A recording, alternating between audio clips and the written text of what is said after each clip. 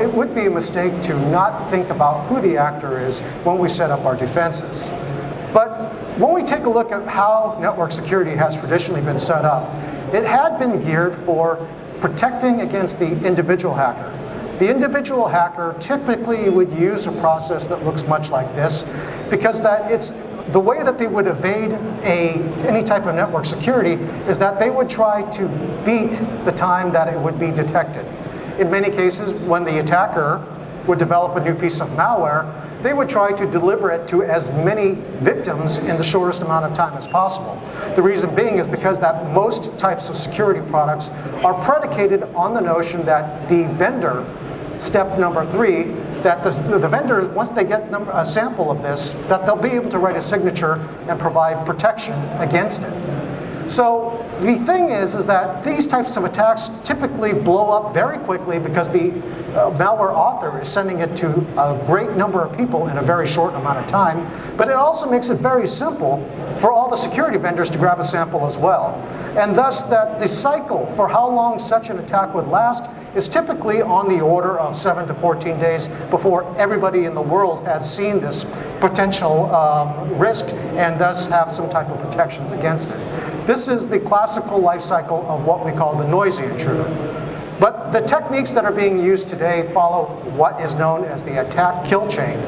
And the attack kill chain actually strings together multiple components of an attack together in order to reach the ultimate goal. The first being that they need to evade the perimeter securities by trying to bait the end user to do something dangerous.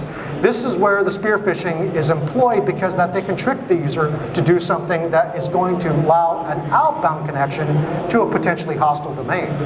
That is just one element of how you can bait the end user. There are other methods of going after the mobile device, going after devices that are operating outside of the perimeter, and so forth. But the second part of this is not actually the delivery of the malware. The second part is actually the exploit. Exploit is actually sending bad input to an application that you already have on your laptop or on your mobile device. An exploit causes that application to behave in a strange way, which then triggers the download of the malware itself. The malware has not become the part that's initially sent to the user. It becomes the part that is employed in stage 3 of the attack. And from there, malware is stuff that you don't want on the device. And it is eluding detection because now it is the user requesting this piece of malware because that they've been tricked to do so. It is using some type of encryption to get past network security defenses, and thus it is then taking step 4 of the attack, which is establishing the back channel command and control. And many organizations actually have a very difficult time trying to stop command and control because not many security products are actually looking at what the outbound connection is doing. Like for instance, if your most intrusion prevention type products are only looking at the inbound connection and not the outbound.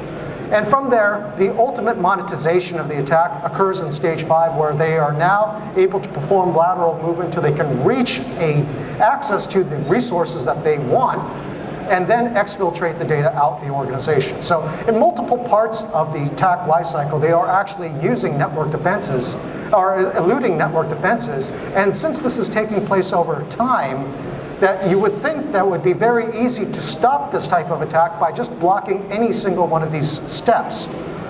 The actual attack that was being used against a major retailer, this particular attack started off with the goal of these attackers was that they were after credit card numbers. And they knew that they weren't going to be able to get through the network security defenses of this particular organization very easily.